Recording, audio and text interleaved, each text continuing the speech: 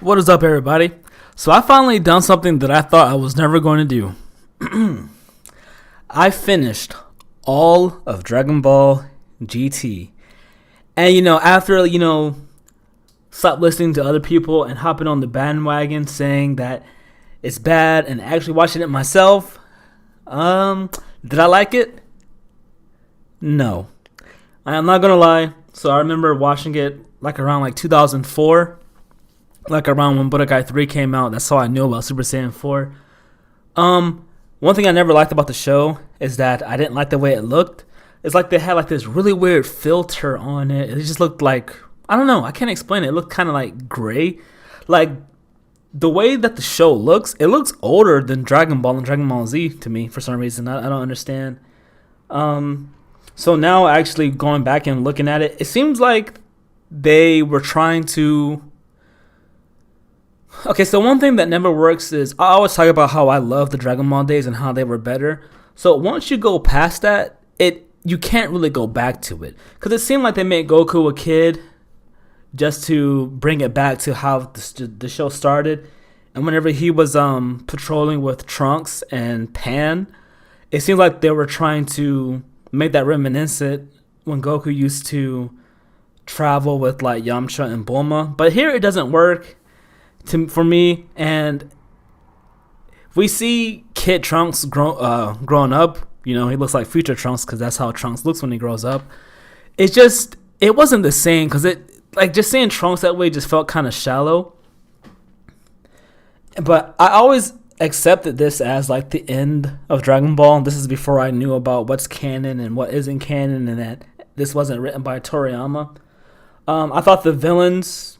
I thought Super 17 was kind of whack. The only thing I liked about him was that in the Tenkaichi games, he had this one bullet move that did 50 hits. Baby Vegeta I always found kind of weird, but I thought the Tuffles were very interesting.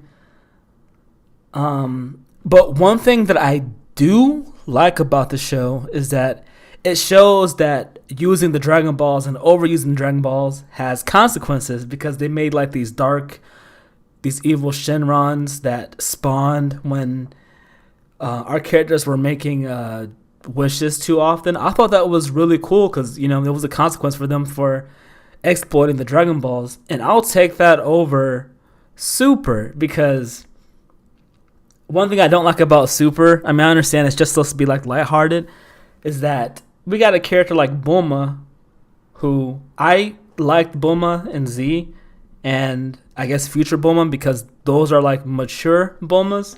But now in Super, she's kind of eye candy, where she says, "Oh, I use the Dragon Balls for cosmetic surgery." And then in the superhero movie, there was a couple fan service shots of Bulma, and I just roll my eyes. I'm like, okay. So overall, I do respect it for being innovative and at least picking back up from where Z ended, because Super is pretty much retconned the end of Z, but GT picked up right after it. As soon as Goku, because Z ended with Goku flying away, saying, "Hey, I'm gonna train Oop for a couple of years," and who do we start with? We start with Goku training Oob, and you see Oob is older. So I thought that was really cool, and I see where it was trying to go, but you can see that around I want to say after the first couple of stuff in space, they kind of just where they were going to different planets, their writing seemed kind of confusing. They didn't really know what to do with it. But like I said, I really like the last arc of just showing the consequences of what the Dragon Balls have done. Super Saiyan 4 transformations, I respect them because they're unique designs and not just recolors of what we got in Super Saiyan Blue and Super Saiyan Rose and all of that. So I do respect it for being more original, and yeah, that's all I gotta say. It's okay, and what I do appreciate about it is that it's kind of short. It's only 64 episodes, so it was easy to get through. So yeah, but I will always respect it for giving us one of the coolest characters ever, Super Saiyan 4 Gogeta. And Omega Shenron's a cool looking villain too. But yeah, those are my thoughts on GT.